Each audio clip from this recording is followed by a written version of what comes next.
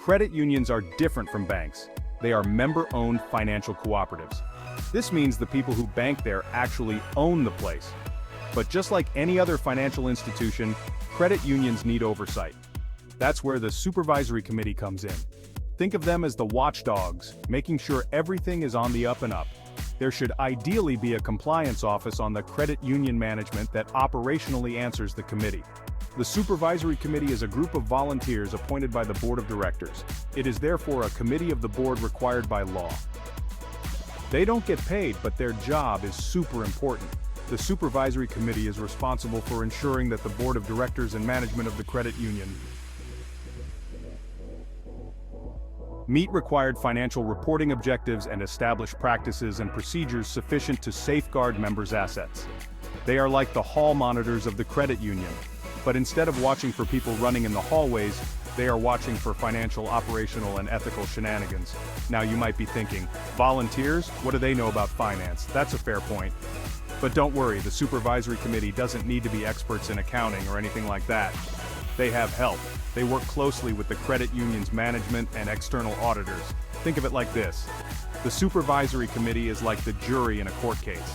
They listen to the evidence presented by the experts and then make a judgment based on what they've learned.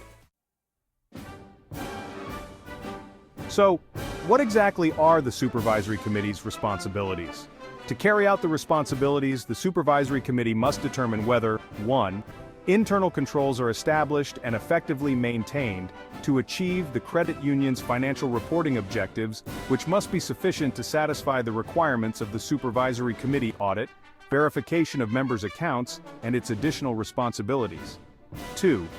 The credit union's accounting records and financial reports are promptly prepared and accurately reflect operations and results. 3. The relevant plans, policies, and control procedures established by the Board of Directors are properly administered. And 4. Policies and control procedures are sufficient to safeguard against error, conflict of interest, self-dealing, and fraud. The NCUA is the federal agency that regulates and supervises credit unions in the United States. They have a whole set of rules and regulations that credit unions must follow, and it's the Supervisory Committee's job to make sure their credit union executive management and board of directors are playing by the rules. The NCUA says the Supervisory Committee has a whole bunch of responsibilities. They have to make sure the credit union has a strong internal control system. They need to review the credit union's financial statements. And they need to make sure the credit union is complying with all applicable laws and regulations. It's a big job, but somebody's got to do it. But wait, there's more. All Supervisory Committee members should read and understand Title 12, Chapter 7, Part 715, Supervisory Committee Audits and Verifications. The Supervisory Committee also has some specific responsibilities related to the credit union's financial reporting. They need to make sure the credit union is using Generally Accepted Accounting Principles, or GAAP, Generally Accepted Auditing Standards, depending on specific criteria. In carrying out the responsibilities, the Supervisory Committee must ensure that the credit union adheres to the measurement and filing requirements for reports filed with the NCUA board, perform or obtain a Supervisory Committee audit, as prescribed, verify or cause the verification of members' passbooks and accounts against the records of the credit union, act to avoid imposition of sanctions for failure to comply with the requirements of this part, and they need to oversee the credit union's investment portfolio.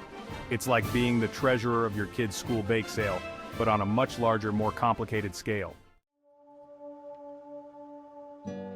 You know that saying, an ounce of prevention is worth a pound of cure?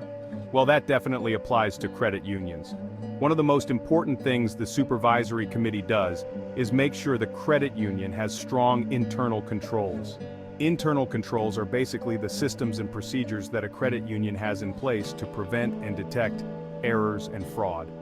Think of them like the locks on your doors and windows.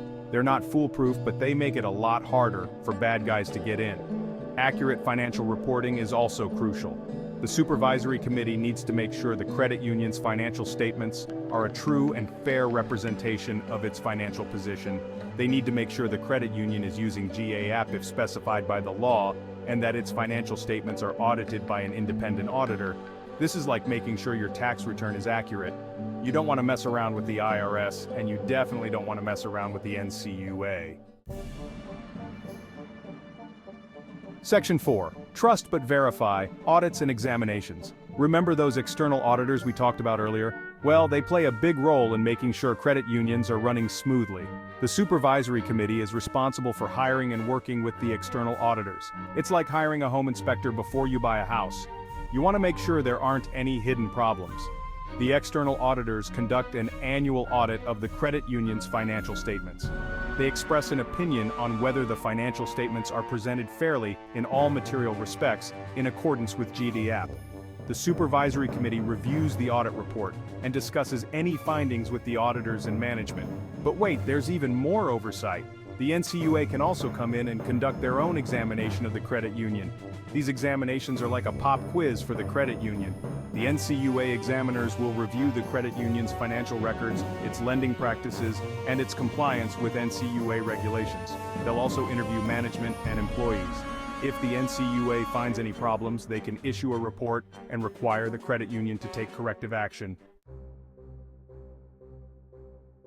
Section 5. What could possibly go wrong? Risks faced by credit unions. Credit unions, just like any other business, face a whole bunch of risks.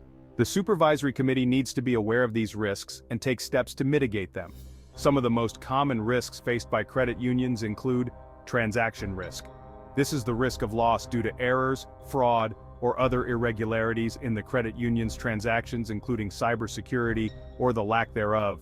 Think of someone using a stolen credit card at the ATM, or a teller accidentally giving someone the wrong amount of cash. Compliance risk. Laws and regulations are constantly changing. Compliance risk is the risk of loss due to a credit union's failure to comply with those laws and regulations. It's like getting pulled over for speeding. You might not have meant to break the law, but you're still on the hook for a ticket. Reputation risk. This is the risk of loss due to damage to the credit union's reputation. This can happen for a variety of reasons, such as negative publicity, customer complaints, or employee misconduct. Succession planning and transparency about the health of key persons are also vital. Think of a restaurant getting a bad health inspection report. People might be hesitant to eat there, even if the problems have been fixed. The Supervisory Committee needs to be aware of all these risks and work with management to develop policies and procedures to mitigate them. Section 6. The price of non-compliance, penalties and consequences. So, what happens if a credit union doesn't follow the rules? Well, the NCUA has a whole arsenal of penalties at its disposal. The penalties can range from a slap on the wrist to a full-blown takeover of the credit union. For minor violations, the NCUA might issue a warning letter or require the credit union to take corrective action. But for more serious violations, the NCUA can impose fines, remove officers and directors, or even place the credit union under conservatorship or receivership. A conservatorship is like putting the credit union in timeout.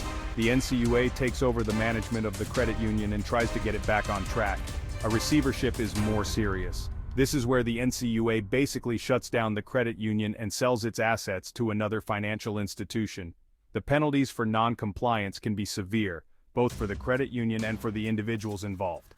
That's why it's so important for the Supervisory Committee to take its responsibilities seriously. They are the guardians of the credit union's integrity and the protectors of its members' assets.